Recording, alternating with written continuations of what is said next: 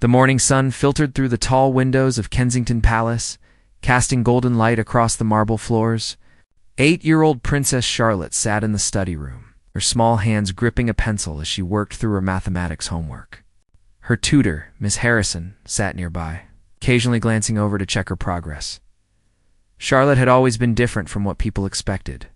While her older brother George was being groomed for his future role as king, Charlotte carved her own path. She was smart, observant, and possessed a quiet strength that surprised adults who underestimated her because of her age.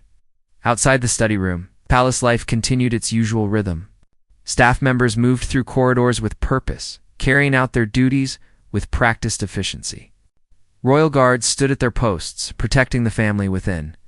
Among them was Officer James Mitchell, a 32-year-old guard who had been with the Royal Protection Unit for 6 years. James was known among his colleagues as someone who took his duty seriously, but never lost sight of basic human decency. He treated everyone with respect, from the Queen herself down to the newest kitchen staff member. This attitude had earned him quiet respect throughout the palace, though some of his fellow guards thought he was too soft. That afternoon, the royal family was scheduled to attend a charity event at a children's hospital in London. It was the kind of public appearance Charlotte usually enjoyed. She loved meeting other children, hearing their stories, and making them smile. But today felt different. Today, something was bothering her. The event coordinators had planned everything down to the smallest detail. Charlotte would be expected to shake hands, pose for photos, and say the appropriate things at the appropriate times. She had been briefed on the schedule, given her outfit, reminded of the protocols she needed to follow. But there was one problem. The organizers had arranged for Charlotte to present a large donation check to the hospital director. The amount was substantial, raised through various royal charities. However, Charlotte had learned something that troubled her deeply. 2 days earlier, she had overheard a conversation between 2 palace staff members. They were discussing how the hospital director had been involved in a scandal involving mismanagement of funds. The news hadn't gone public yet, but there were serious questions about where previous donations had actually gone. Charlotte didn't fully understand all complexities of financial mismanagement, but she understood right and wrong. She understood that money meant for sick children should go to sick children, not disappear into someone's personal accounts. She had tried to talk to her parents about it, but they had been busy with state matters. She had tried to speak with her private secretary, but was told that the event had been planned for months and couldn't be changed. Everyone kept telling her the same thing: follow the schedule, smile for the cameras, do her duty, as the car pulled up to take the family to the hospital. Charlotte felt a knot in her stomach. She wore a pale blue dress with white tights and her favorite shoes. Her hair had been carefully styled. She looked every bit the perfect princess. Officer James Mitchell was assigned to close protection that day. He would stay near the royal family throughout the event, watching for any security threats, managing crowd control, and ensuring everything went smoothly. He had done dozens of these events before. They were usually straightforward.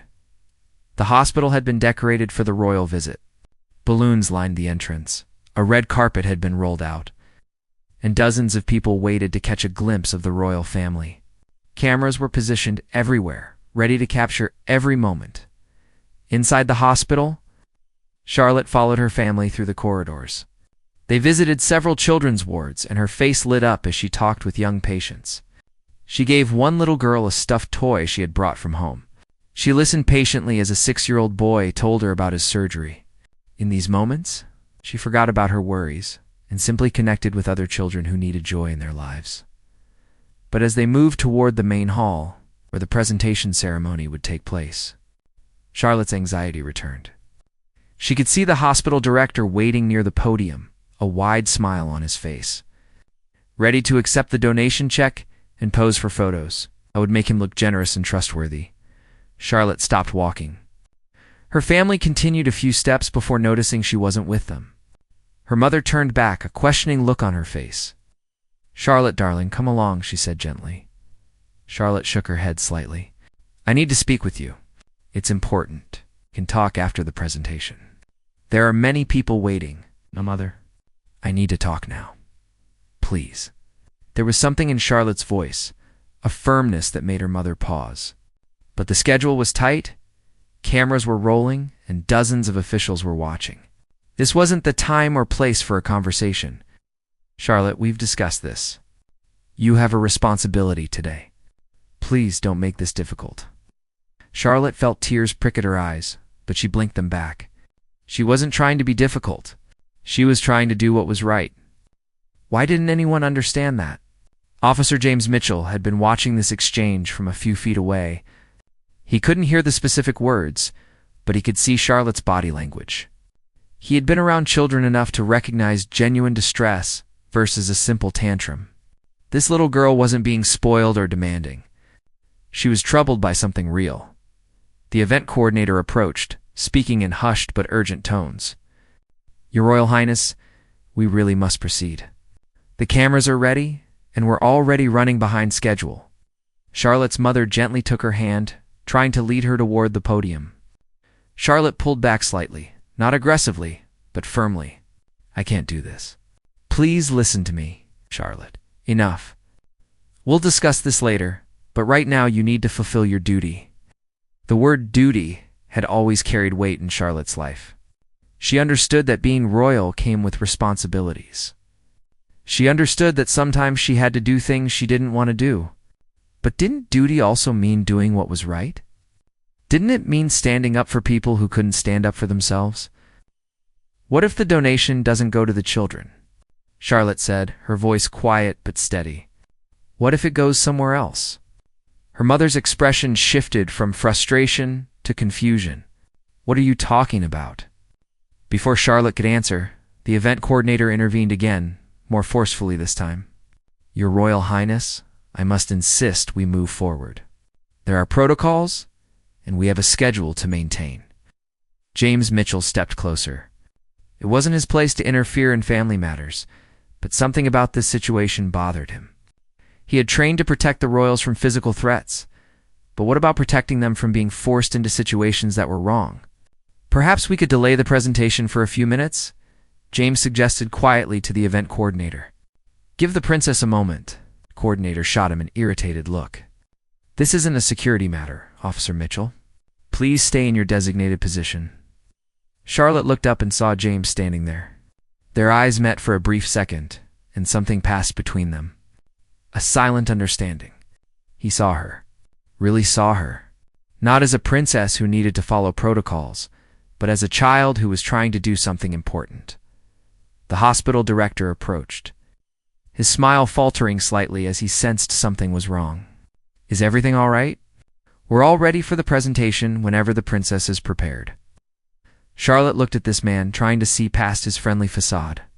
Was he really stealing money meant for sick children? She didn't know for certain, but she knew enough to feel uncomfortable. And she knew that presenting him with a large check while cameras captured the moment would make people think he was trustworthy. I'm not prepared, Charlotte said clearly. Her voice was small, but didn't waver. I need more information about how the donations will be used. The director's smile became strained. Well, of course, they'll be used for the children.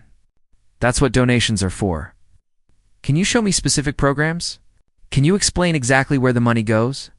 Now people were starting to stare. This wasn't how royal events were supposed to go. Children weren't supposed to ask difficult questions. They were supposed to smile, wave, and do what they were told. Charlotte's father joined the group, having noticed the delay. He spoke quietly to his wife, trying to understand what was happening. Charlotte saw this as her opportunity. Father, I heard that there are questions about how this hospital manages donations. I heard that money might not be going where it's supposed to go. I don't think we should give this check until we know more. Her father's expression changed. He looked at the hospital director with new eyes, then back at his daughter. Where did you hear this? I overheard staff talking about it 2 days ago. They said there was a scandal. They said investigators were asking questions. The hospital director's face flushed red. That's completely unfounded. Just rumors. There's no truth to any allegations. But his reaction said otherwise. The way he suddenly looked nervous, the way his hands fidgeted, the way his voice rose slightly in pitch. Charlotte noticed all of it, and so did her father. Perhaps, Charlotte's father said carefully, we should postpone this particular presentation until we can verify all the details. We can still visit with the children, tour the facilities, but the donation can be formalized at a later date. The event coordinator looked horrified. The hospital director looked angry. Camera operators looked confused. But Charlotte felt a weight lift from her shoulders. Officer James Mitchell allowed himself a small smile. The princess had stood her ground, and her father had listened. It was a small victory, but sometimes small victories mattered most. The rest of the event continued, though the atmosphere had changed. Charlotte visited more children, participated in activities, and genuinely enjoyed connecting with young patients. But the planned photo opportunity with the donation check never happened. As they prepared to leave, Charlotte walked past Officer Mitchell. She paused and looked up at him. Thank you, she said quietly. James looked puzzled. I didn't do anything, Your Royal Highness. Yes, you did. You suggested they give me a moment. You believed me when others didn't. Before James could respond, Charlotte was ushered toward the waiting car. But her words stayed with him. She had noticed his small act of support. It had mattered to her. That evening, back at the palace, Charlotte sat with her parents in private. They asked her to explain everything she had heard, everything she knew. She told them about the conversation between staff members, about her concerns, about why she couldn't present the check to someone she didn't trust. Her mother looked at her with new respect. You put us in a very difficult position today, Charlotte. But you also may have saved us from a larger embarrassment. I'm sorry I caused trouble. I just knew it was wrong. Her father pulled her into a hug. Never apologize for standing up for what's right. That's not trouble. That's courage. But next time, try to tell us sooner. Yes. Charlotte nodded against his chest. She had been heard. She had been believed. And most importantly, she had stayed true to what she knew was right. Even when it would have been easier to just go along with everyone else's expectations. The following morning, news outlets were buzzing with speculation. The royal visit to the hospital had ended differently than planned, and journalists were eager to understand why. The palace issued a brief statement saying the donation presentation had been postponed for administrative reasons. But reporters sensed there was more to the story. Officer James Mitchell arrived for his shift at 8 o'clock, as he did every morning. His supervisor, Chief Inspector Reynolds, called him into the office immediately. Reynolds was a stern man in his 50s who believed in following rules and maintaining proper boundaries. Mitchell, I heard you intervene during yesterday's event, Reynolds said, his expression disapproving. You suggested delaying a scheduled presentation, sir. The princess appeared distressed, and I thought a brief pause might help resolve whatever was troubling her. It's not your job.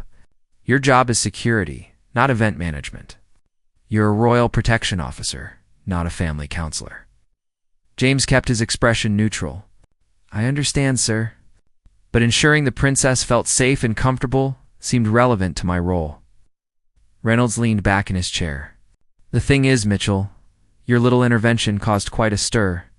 The hospital director has filed a complaint. He says the royal family embarrassed him in front of donors and media. He's threatening legal action against the palace. Legal action for what? Nothing inappropriate happened. Claims defamation. Says the family implied he was untrustworthy without evidence. James frowned. This sounded exactly like what someone would do if they had something to hide. Innocent people didn't typically threaten lawsuits over minor schedule changes. What does the palace say? James asked. They're investigating. Apparently, the princess did overhear something concerning. And now legal teams are looking into the hospital director's financial records. Reynolds paused. But that's not your concern. Your concern is staying in your lane. No more interventions in matters that don't involve security threats. Clear, sir? As James left the office, he felt conflicted. He hadn't done anything wrong, yet he was being reprimanded for showing basic human decency. Was that really what his job required? To stand by silently even when something clearly wasn't right. Meanwhile, Charlotte was in her morning lessons, trying to focus on French grammar, but finding her mind wandering. She kept thinking about the hospital director's angry face, about her mother's initial frustration. about the way Officer Mitchell had quietly tried to help her. Her tutor noticed her distraction. "Princess Charlotte, is everything all right?" "Miss Harrison, if you know something is wrong." "But adults tell you to ignore it because it's not your place to worry about it. What should you do?" Miss Harrison set down her book, recognizing this was a question born from real experience. "That depends on the situation. Sometimes adults have good reasons for their decisions, and we need to trust them. But sometimes children see things clearly precisely because they haven't learned to make excuses for bad behavior. What if doing the right thing causes problems for other people?" "Doing the right thing often causes problems," Miss Harrison said gently. "That's why it takes courage. If it were easy and convenient, it wouldn't require bravery. But the question you must ask yourself is, what kind of person do you want to be? Someone who does what's easy, or someone who does what's right?" Charlotte considered this. She wanted to be someone who did what was right, even when it was hard. But she also didn't want to hurt people who were just trying to help her, like Officer Mitchell. That afternoon, the palace received preliminary findings from the investigation into the hospital director. The news was damning. Financial auditors had discovered significant discrepancies in how donations were being managed.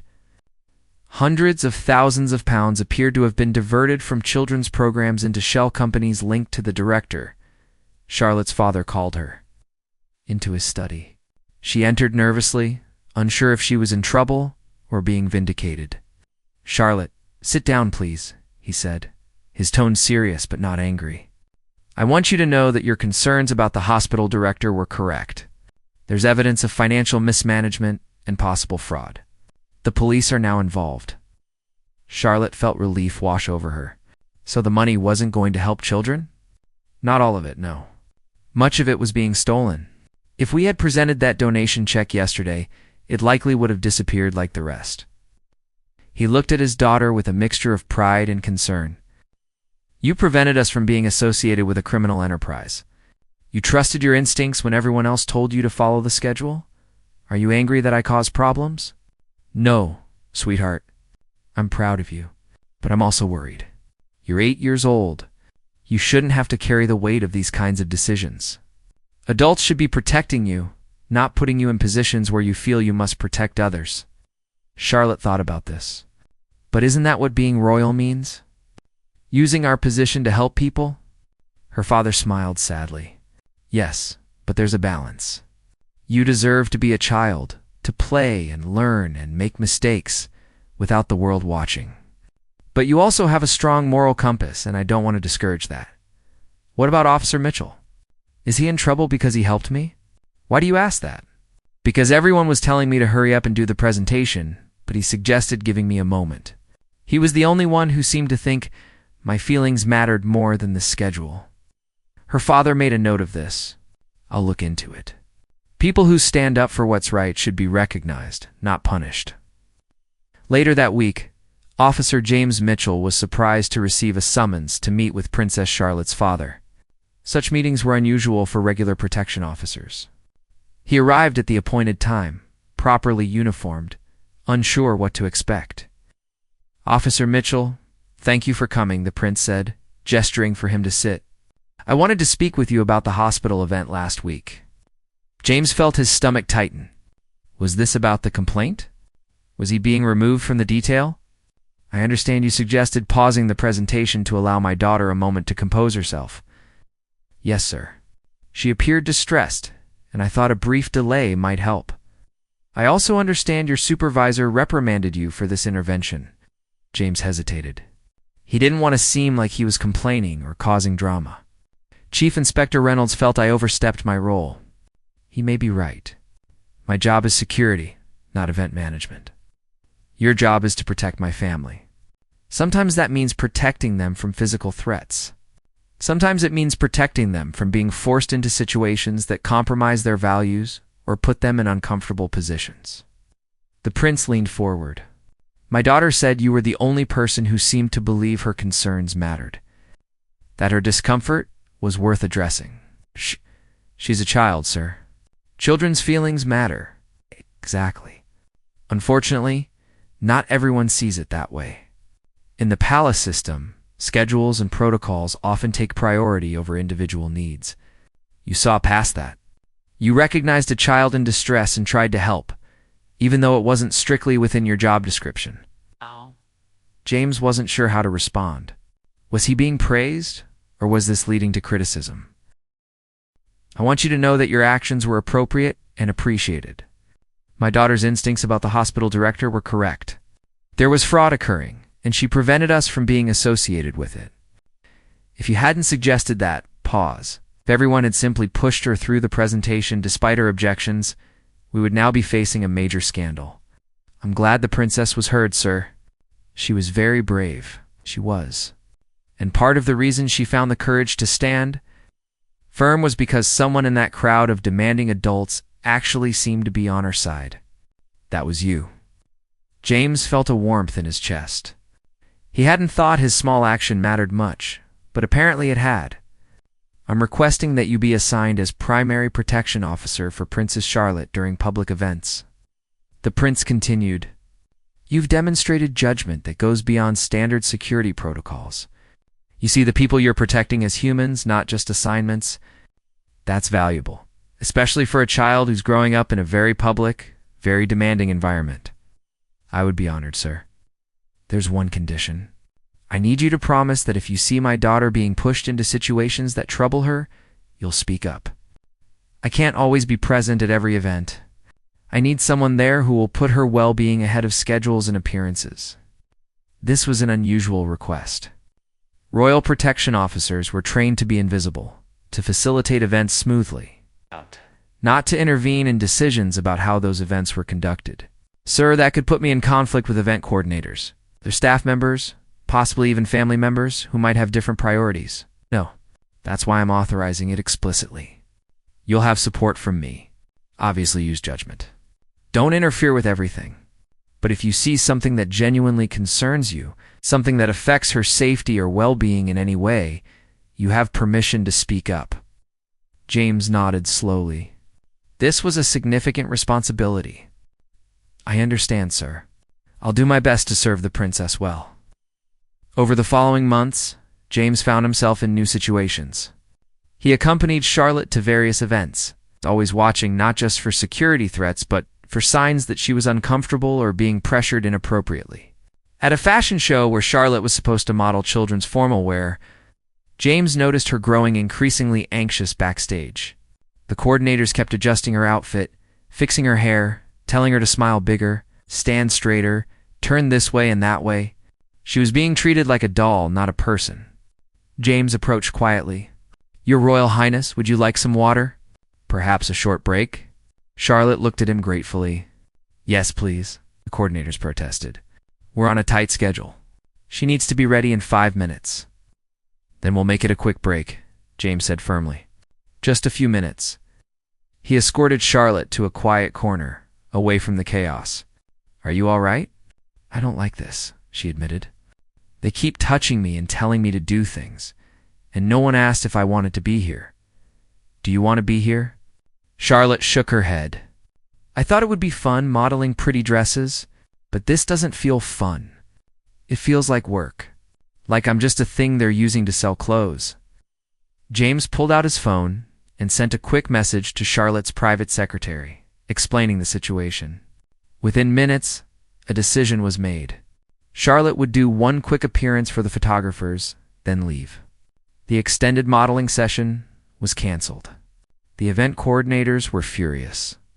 The fashion house was disappointed. But Charlotte was relieved, and that was what mattered. Word spread among palace staff that Officer Mitchell had special latitude when it came to Princess Charlotte's well-being. Some approved, seeing it as proper child protection. Others disapproved, viewing it as disrupting carefully planned events for the whims of a child. Chief Inspector Reynolds remained skeptical. You're creating a pattern where the princess expects to be catered to whenever she's slightly uncomfortable. That's not how royal duty works. It's respect, sir. She's 8 years old. Royal duty shouldn't mean forcing a child to endure situations that make her genuinely distressed. Discomfort builds character. So does being heard and respected, James countered. She's more confident now, more willing to participate in events because she knows someone will listen if there's a real problem. This was true. Charlotte had become more engaged in her public role, not less. She attended events with more enthusiasm because she trusted that her boundaries would be respected. She wasn't constantly anxious about being trapped in uncomfortable situations. One afternoon, Charlotte asked to speak with James privately. They met in one of the palace gardens, where she could speak freely without being overheard. "Officer Mitchell, I wanted to thank you properly. I know you've been helping me, and I know some people are angry about it. It's my job to help you, Your Royal Highness. No, your job is security. Helping me feel safe and comfortable, that's different. That's choosing to be kind." James smiled. "You're right. It is a choice. And it's an easy choice because you're a good person who deserves to be treated with respect. Will you always be my protection officer? Or will they move you somewhere else? I don't know what the future holds. But for now, I'm here, and I'll continue to support you however I can." Charlotte looked thoughtful. "When I grow up, I want to be the kind of royal who stands up for people. Not just at big events with cameras, but in small moments when no one's watching. Because those moments matter too." "They matter most," James agreed. "Grand gestures are easy when everyone's applauding. It's the small, quiet acts of courage that truly define character. Like you suggesting I needed a moment at the hospital? Like you refusing to present a check to someone you didn't trust, even though everyone was telling you to just go along with it." Charlotte smiled. "We make a good team, yes, Your Royal Highness." "We do." 6 months had passed since the hospital incident. The scandal had eventually gone public, resulting in criminal charges against the former hospital director and a complete overhaul of donation oversight procedures. The royal family had quietly redirected their intended donation to a different hospital with verified, transparent practices. Charlotte, now 9 years old, had grown more confident in her public role. She understood that being royal came with responsibilities, but she also understood that those responsibilities didn't require abandoning her own judgment and values. One autumn afternoon, the family was scheduled to attend a memorial service for fallen soldiers. It was a solemn occasion, one that Charlotte took seriously. She had spent the previous evening reading about some of the individuals being honored, learning their stories, understanding their sacrifices. Officer James Mitchell was assigned to the detail, as he usually was for Charlotte's public appearances. He had come to know her patterns, her moods, the subtle signs that indicated when something was bothering her. They had developed an easy working relationship built on mutual respect. The memorial service was held at a historic cathedral in London. Hundreds of people attended, including military families, government officials, and members of the royal family. The atmosphere was heavy with grief and reverence. Charlotte wore a dark navy dress with a small poppy pinned to her collar. She stood with her family during the service, listening to speeches about courage, sacrifice, and service to country. Her face was serious, understanding the weight of the occasion. After the formal service, there was a reception in an adjacent hall where attendees could meet the royal family and speak with them. This was the part of events that Charlotte usually handled well. She was good at conversations, at making people feel heard and valued. As she moved through the reception with her mother, Charlotte noticed a young woman standing alone in a corner. The woman wore a military uniform and had bandages on her hands. She looked uncomfortable, out of place, as if she wanted to leave, but felt obligated to stay. Charlotte excused herself from the conversation she was having with an elderly veteran and walked over to the young woman. Officer Mitchell followed at a discreet distance, as he always did. "Hello, I'm Charlotte," she said, using the informal introduction her mother had taught her. For situations where her title might intimidate people, the young woman looked startled. "Your Royal Highness, I'm Corporal Sarah Jenkins. I shouldn't be here. I was invited, but I don't really belong with all these important people." "If you were invited, you belong," Charlotte said simply. "Were you deployed overseas?" "Yes, ma'am. I served in Afghanistan. I was injured in an explosion 6 months ago." She held up her bandaged hands. "I'm still recovering. It must be very difficult." "Does it hurt?" Sarah seemed surprised by the direct question. Most people either avoided mentioning her injuries or offered empty platitudes. "Sometimes, but the physical pain is easier than the other parts." "What other parts?" "The nightmares. The guilt about leaving my team behind? The feeling that I should have done more, been stronger, prevented the explosion somehow. Da-da-da-da. Charlotte didn't fully understand combat trauma, but she understood guilt and the weight of responsibility. My father says that sometimes the bravest thing is surviving and carrying on, even when it would be easier to give up. Sarah's eyes filled with tears. He's right, but it doesn't feel brave. It feels like I failed. Sarah's eyes filled with tears. He's right, but it doesn't feel brave. It feels like I failed. You didn't fail? You're here, you're healing, and you're still part of something bigger than yourself. That's not failure. They talked for several more minutes, Charlotte asking questions, and Sarah gradually opening up about her experiences. James watched from nearby, impressed by Charlotte's ability to connect with someone who was clearly struggling. Eventually, a military liaison approached and suggested that Sarah should meet some of the senior officers present. Sarah looked reluctant but nodded. As she started to walk away, Charlotte called out, "Corporal Jenkins, I'll remember you. Your service matters." Sarah turned back, tears streaming down her face now. "Thank you, Your Royal Highness.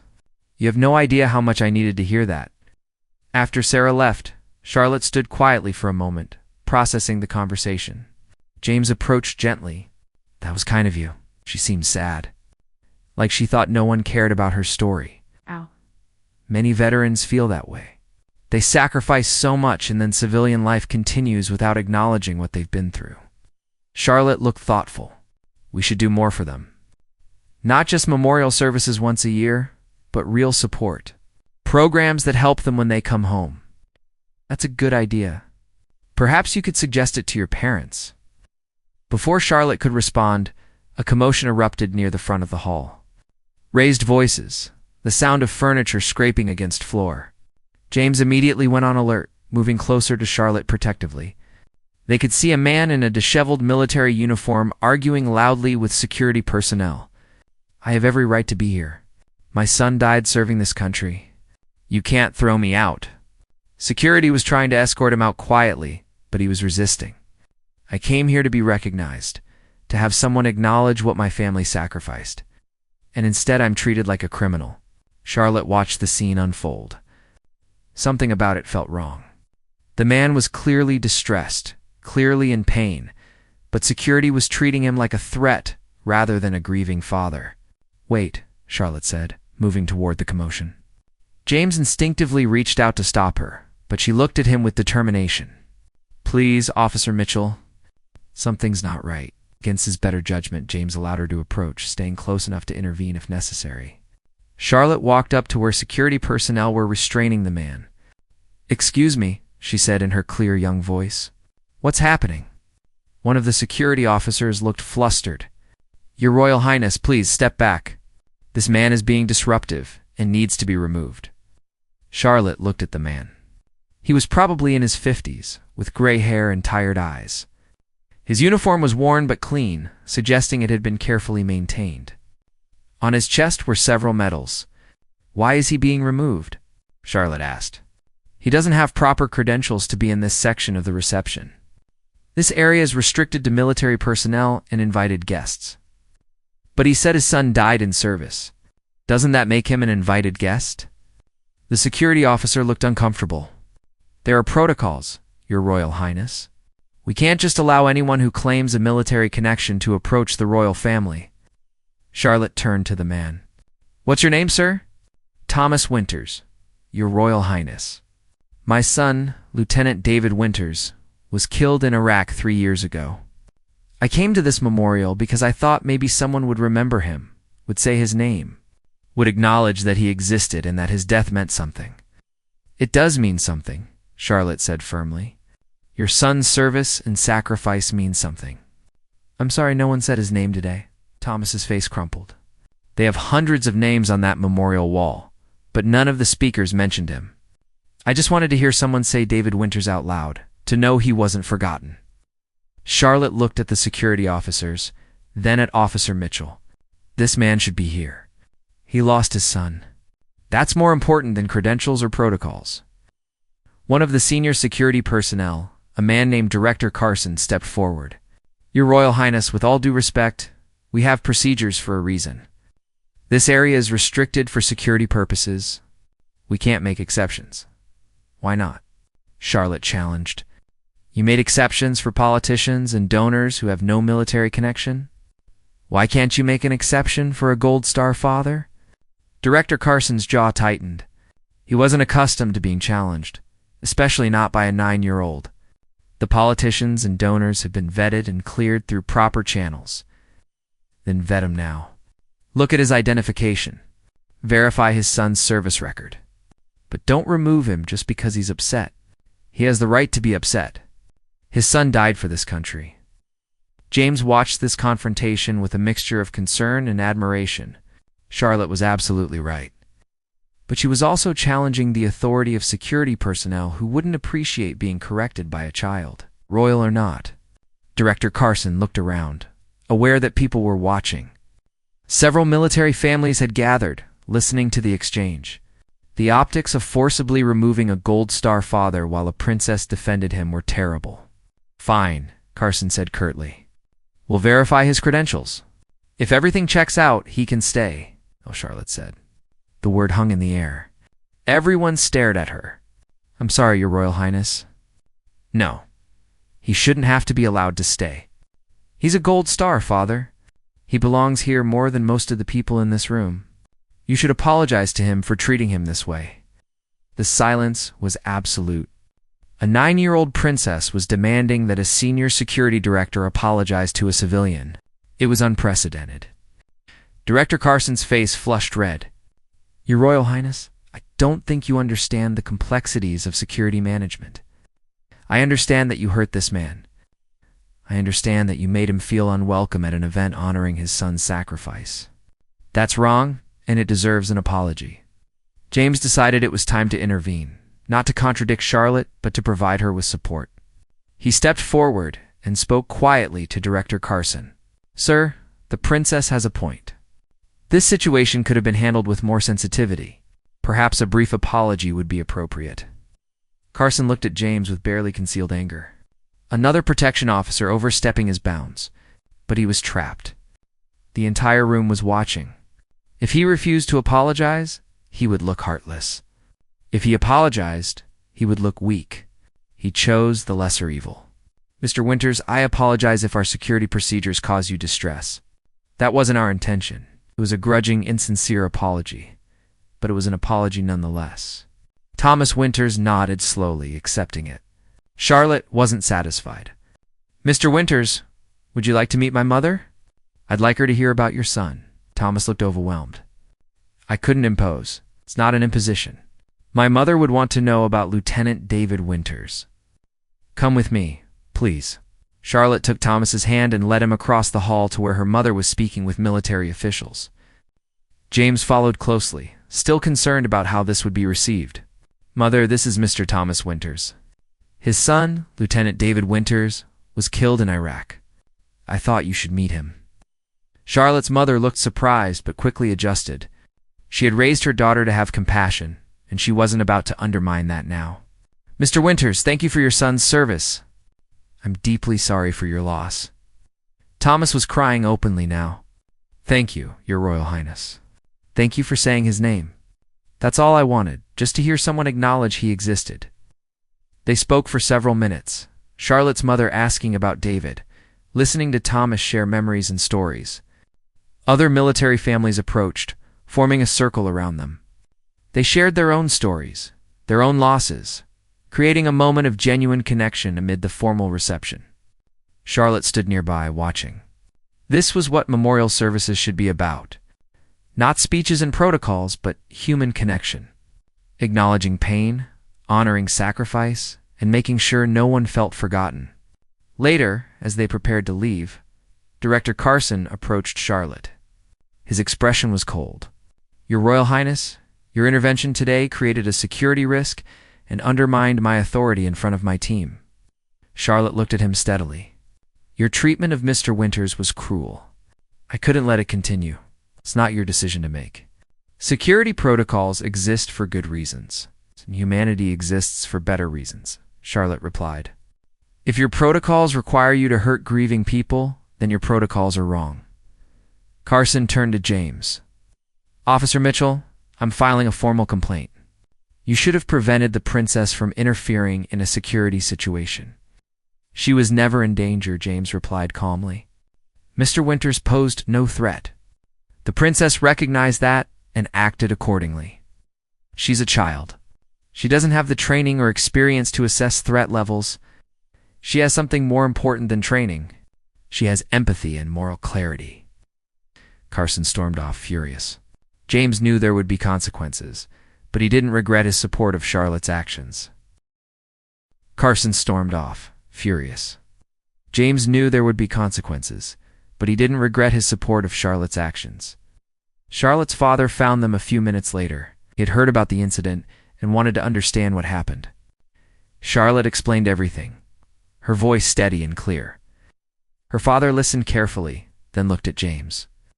Your assessment of the situation? Mr. Winters posed no security threat.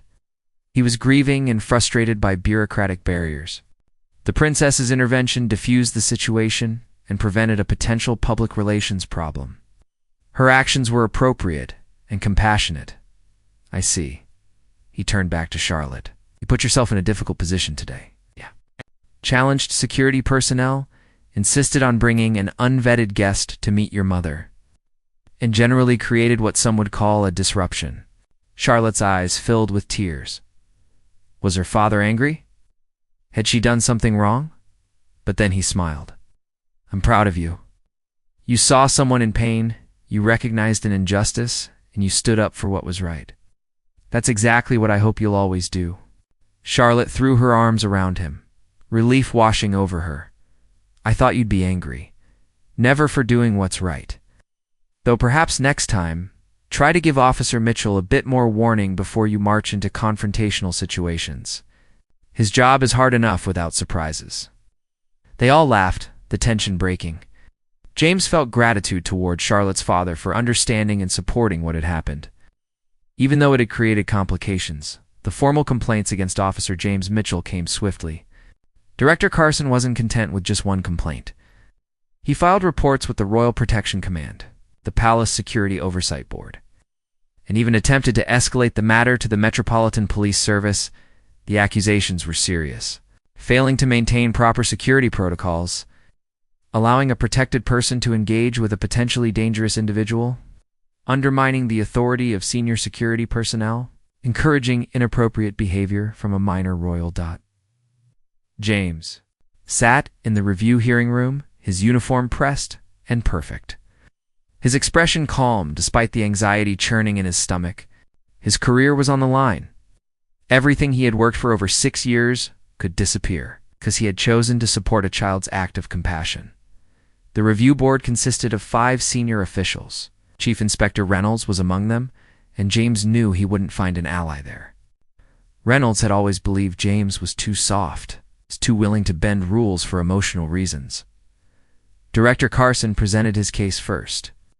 He described the memorial reception, the incident with Thomas Winters, and Charlotte's intervention. In his telling, it was a story of chaos and security failure. Officer Mitchell failed to prevent Princess Charlotte from approaching a distressed and potentially unstable individual, Carson stated. He then supported her challenge to security personnel, undermining our ability to manage the situation effectively. His actions demonstrated poor judgment and a fundamental misunderstanding of his role. When it was James's turn to respond, he chose his words carefully. Mr. Winters was a grieving father who had been treated poorly. He was emotional, but not dangerous. Princess Charlotte recognized his pain and responded with compassion. My assessment was that her intervention would diffuse the situation, not escalate it. That assessment proved correct. But you couldn't have known that, Reynolds interjected. You took a risk with the princess's safety based on an emotional response rather than protocol. I took a calculated risk based on observation and experience. Mr. Winters' body language, his words, everything indicated someone in pain, not someone planning violence. Princess Charlotte saw the same things I did. She has good instincts about people. She's 9 years old, Carson said dismissively. Children don't have the capacity to assess threat situations accurately. Children often see truth more clearly than adults because they haven't learned to ignore their instincts in favor of protocols and procedures. The board members exchanged glances. This wasn't the defense they expected. James wasn't apologizing or claiming he had simply made an error. He was defending his actions as correct. "Officer Mitchell, do you understand that security protocols exist for a reason?" one board member asked. "I do, ma'am. But I also understand that protocols should serve people, not the other way around. When protocols cause harm to innocent individuals, they need to be questioned." "That's not your place to decide," Reynolds said firmly. "Your job is to follow established procedures, not to evaluate their morality or effectiveness." Before James could respond, the door to the hearing room opened. Everyone turned to see who would interrupt such an important proceeding. Charlotte's father walked in, his expression serious. "I apologize for the interruption," he said. "I have information relevant to this hearing." The board chair looked flustered. "Your Royal Highness, this is a closed personnel review." "I'm aware. But since the incident in question directly involved my daughter, I believe my perspective is relevant. May I speak?" No one was going to refuse a prince. He was invited to sit at the front of the room. "I've read the complaints filed by Director Carson," he began. "They describe a security failure and inappropriate conduct by Officer Mitchell. However, they omit several crucial facts. First, Thomas Winters was not an unvetted stranger. He had been invited to the memorial service and had passed through primary security screening. The issue was that he lacked credentials for a specific restricted area of the reception." Carson shifted uncomfortably. He hadn't mentioned that detail in his complaint. "Second, my daughter didn't intervene in a security situation. She intervened in a humanitarian situation where security personnel were mishandling a grieving father. There's a significant difference." "With respect, Your Royal Highness," Carson interrupted, "I was managing the situation appropriately. Security protocols require that only credentialed individuals access certain areas. Security protocols also require treating people with basic human dignity, do they not?" Prince countered. Mr. Winters wasn't attempting to breach security. He was upset because no one at a memorial service had mentioned his son's name. That's not a security threat. That's a broken heart. He turned his attention to the review board. "Officer Mitchell did exactly what I have asked him to do.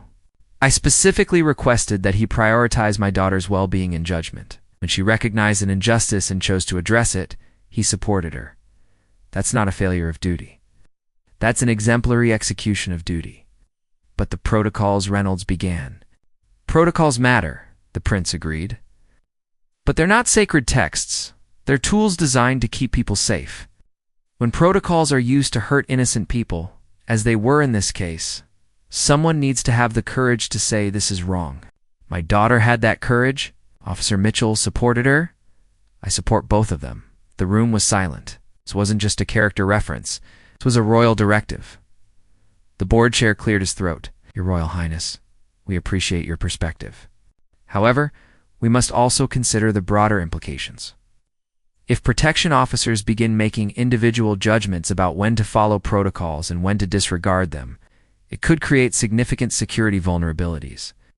I'm not suggesting officers disregard protocols casually," the prince replied. "I'm suggesting that good judgment includes recognizing when strict adherence to protocol would cause unnecessary harm. Officer Mitchell has demonstrated that judgment consistently. His record shows numerous successful events, no actual security breaches, and a remarkable ability to help my daughter navigate the challenges of public life." He paused, letting his words sink in. "Furthermore, I want to address the underlying issue here. This hearing isn't really about security protocols. It's about the fact that a 9-year-old girl challenged a senior security director's authority, and he didn't like it. But my daughter was right, and he was wrong. Instead of admitting that and adjusting his approach, he's attempting to punish the officer who supported her." Carson's face flushed red. "That's not what this is about, isn't it? You filed complaints within hours of the incident. You've escalated this beyond reasonable bounds. All because you were embarrassed that a child pointed out your lack of compassion." The prince stood up, his posture commanding. "Let me be absolutely clear. Officer Mitchell has my full confidence and support. If this board decides to discipline or dismiss him, I will request his immediate reassignment to my personal protection detail, where he will continue to work with my daughter. You can rule however you wish, but the outcome will be the same. He will continue in his role because he's exactly the kind of officer we need." With that, he left the room, leaving stunned silence behind him. The review board deliberated for 2 hours. James waited outside, uncertain about what was happening. He had never expected royal intervention. Prince had essentially put his own reputation on the line to defend a protection officer. Finally, James was called back into the room. The board chair read their decision. After careful consideration of all evidence and testimony, S Board finds that Officer Mitchell's actions during the memorial service reception were within acceptable parameters of his assigned duties. While his approach was unconventional, it did not constitute a security failure or violation of protocol. No disciplinary action will be taken. James felt relief wash over him. But the chair wasn't finished. However, we recommend updated training for all protection officers regarding how to balance security protocols with humanitarian concerns. Officer Mitchell will be asked to help develop this training program. Carson looked furious, but there was nothing he could do. He had lost definitively. After the hearing, James found Charlotte's father waiting in the corridor. "Your Royal Highness, thank you. I don't know what to say." "You don't need to say anything. You've been doing excellent work, and that deserved to be recognized and defended." He paused. "My daughter told me something interesting. She said that when she refused to present the donation check to that hospital director months ago, you suggested giving her a moment. She said it was the first time an adult seemed to believe her concerns mattered. They did matter. She was right." Yes, she was. "And she's been right several times since then, always about fundamental issues of human dignity and compassion. You've supported her in developing confidence in her own moral judgment. That's valuable beyond measure. She has excellent instincts. I just make sure she has space to follow them." Exactly. That's what good protection looks like. Not just guarding against physical threats, but creating an environment where she can grow into the person she's meant to be. That evening, Charlotte asked to see James before he went off duty. They met in one of the palace gardens, where they often had their most honest conversations. "I heard you had a hearing today because of what happened at the memorial service," Charlotte said without preamble. "Yes, but everything's fine. The board ruled in my favor. My father told them they had to keep you, didn't he?" James smiled. She was perceptive. "He spoke on my behalf, yes. I'm sorry you got in trouble because of me. It seems like every time I try to do the right thing, someone gets upset. That's how it works sometimes. Doing what's right often means challenging people who are comfortable with things being wrong. Those people rarely appreciate being challenged." Charlotte sat down on a garden bench, and James sat beside her. "Officer Mitchell, do you think I'll always have to fight like this? Always have to argue with adults who think I should just follow rules and not ask questions?" "Probably, yes. At least until people start listening to you automatically, which might not happen until you're much older. Maybe not even then. That sounds exhausting. But it's also important. You have a platform, Charlotte. You have a voice that people hear even when they don't want to. You can use that to help people who don't have voices, like Mr. Winters. Did you know that after the memorial service, Mr. Winters wrote to me? He said meeting my mother and having someone acknowledge his son meant everything to him.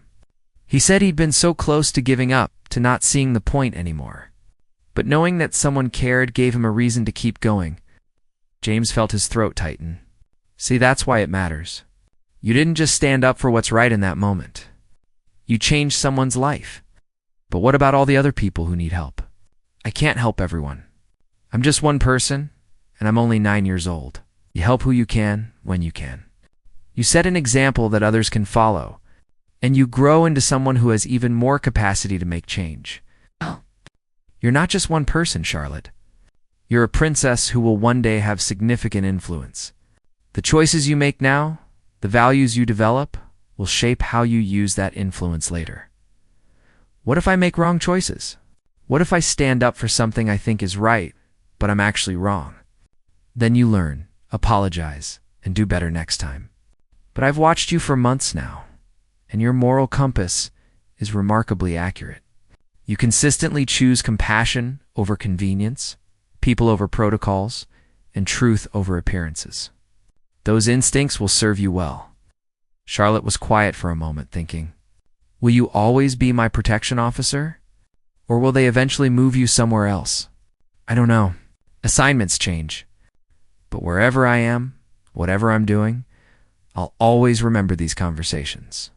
You've taught me as much as I've taught you. That courage looks different than I thought. I always imagined courage as running toward danger, confronting threats, physical bravery. But you've shown me that courage is also a 9-year-old girl refusing to compromise her values even when every adult in the room is telling her, hurry up and follow the schedule. That's a different kind of strength, and it's just as important. Alex smiled. Maybe we both needed each other. You needed to remember that rules aren't more important than people. I needed someone to support me when I tried to live by that principle. Maybe we did. Over the following years, their partnership continued. Charlotte grew older, more confident, more skilled at navigating the complex world of royal life. She learned when to follow protocols and when to challenge them. She learned how to use her position to help others without creating unnecessary conflict. James remained her primary protection officer through her teenage years. He was there when she gave her first solo public speech at age 12, advocating for children's education rights. He was there when she confronted a charity organization at 15 about their wasteful spending. He was there when she quietly helped a homeless veteran find housing by connecting him with proper services. Their relationship evolved from protection officer and child to something more like mentor and student. Though James often felt he was learning as much from her as she was from him, when Charlotte turned 16, there was a formal ceremony recognizing her transition into more significant royal duties. Part of that ceremony included acknowledging members of the royal household who had served with distinction. James was among those honored. As Charlotte presented him with a commendation, she spoke briefly. Officer Mitchell has protected me not just from physical threats, but from the threat of becoming someone who values protocols over people. He taught me that true duty means listening to your conscience, even when it's difficult. I am grateful beyond words. The applause was genuine and warm. James accepted the commendation, then stepped back into his proper position, always the professional. But later, in a private moment, Charlotte gave him a handwritten note. It read, "Dear Officer Mitchell, when I was 8 years old, I was afraid that standing up for what I believed was right would mean standing alone. You showed me I wouldn't be alone. You stood with me when no one else would. That gift of support in those early moments shaped everything that came after. I am who I am today partly because you believed a child's instincts about right and wrong mattered. Thank you for your service, your friendship, and your courage. With deep gratitude and affection, Charlotte." James kept that note in his uniform pocket for the rest of his career.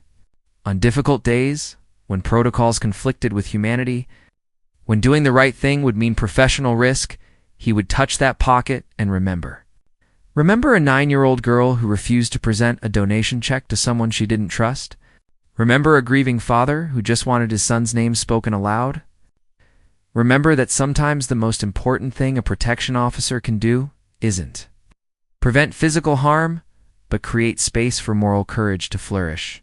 He had started his career believing his job was about security protocols and threat assessment. Charlotte taught him it was about something much bigger.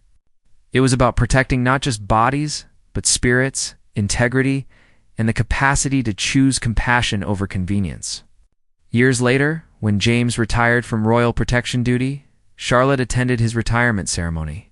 She was 22 by then, poised and confident, already making her mark on the world through various charitable initiatives and advocacy work. She spoke at his ceremony, telling the story of the hospital director and the memorial service, illustrating how one officer's willingness to support a child's moral judgment had rippled outward into years of positive impact. "Officer Mitchell didn't just protect me from danger," she said to the assembled audience. "He protected my ability to trust my own instincts about right and wrong. In a world that often teaches young people, especially young women, to doubt themselves and defer to authority, he gave me something precious, the confidence to stand my ground when it mattered. I carry that gift with me every day." After the ceremony, they spoke privately one last time as officer and princess. "What will you do now?" Charlotte asked. "I've been offered a position training new protection officers, teaching them that their job isn't just about security protocols, teaching them to support young royals who ask difficult questions." Exactly. Someone needs to train the next generation to recognize that sometimes an 8-year-old yield, asking for a moment to think, isn't a disruption to the schedule. It's the schedule being forced to accommodate something more important, a child's moral development. Charlotte hugged him, something that would have been unthinkable years ago, but felt natural now. "Thank you, James, for everything." "Thank you, Charlotte. You made me better at my job and better as a person. Not everyone gets that opportunity." As James walked away from Kensington Palace for the last time as an active protection officer, he reflected on his career. He had protected the royal family from numerous threats over the years. He had prevented security breaches, managed dangerous situations, and ensured the safety of some of the most important people in the country. But his proudest achievement wasn't any of those things. It was the moment he suggested giving an 8-year-old girl a moment to compose herself. Believing that her discomfort mattered more than keeping to a schedule, that one small act of support had changed the trajectory of a young princess's development and through her would influence countless others. Sometimes courage isn't charging toward danger. Sometimes it's standing beside a child and saying quietly, "I believe you. Your instincts matter. Let's take a moment to figure this out." That was the lesson James carried into retirement, the one he would pass on to new protection officers, the one that defined his career more than any security protocol or threat assessment. Princess Charlotte had stood her ground, and a royal guard had supported her without hesitation. Together, they had shown that real protection means creating space for people to be their best selves, to follow their conscience, and to choose compassion even when it's inconvenient. That partnership, built on mutual respect and shared values, had made both of them better. And through their example, they had made the world around them a little better too. "Thank you, Charlotte. You made me better at my job and better as a person. Not everyone gets that opportunity." As James walked away from Kensington Palace for the last time as an active protection officer, he reflected on his career. He had protected the royal family from numerous threats over the years. He had prevented security breaches, managed dangerous situations, and ensured the safety of some of the most important people in the country. But his proudest achievement wasn't any of those things. It was the moment he suggested giving an 8-year-old girl a moment to compose herself. Believing that her discomfort mattered more than keeping to a schedule, that one small act of support had changed the trajectory of a young princess's development and through her would influence countless others. Sometimes courage isn't charging toward danger. Sometimes it's standing beside a child and saying quietly, "I believe you. Your instincts matter.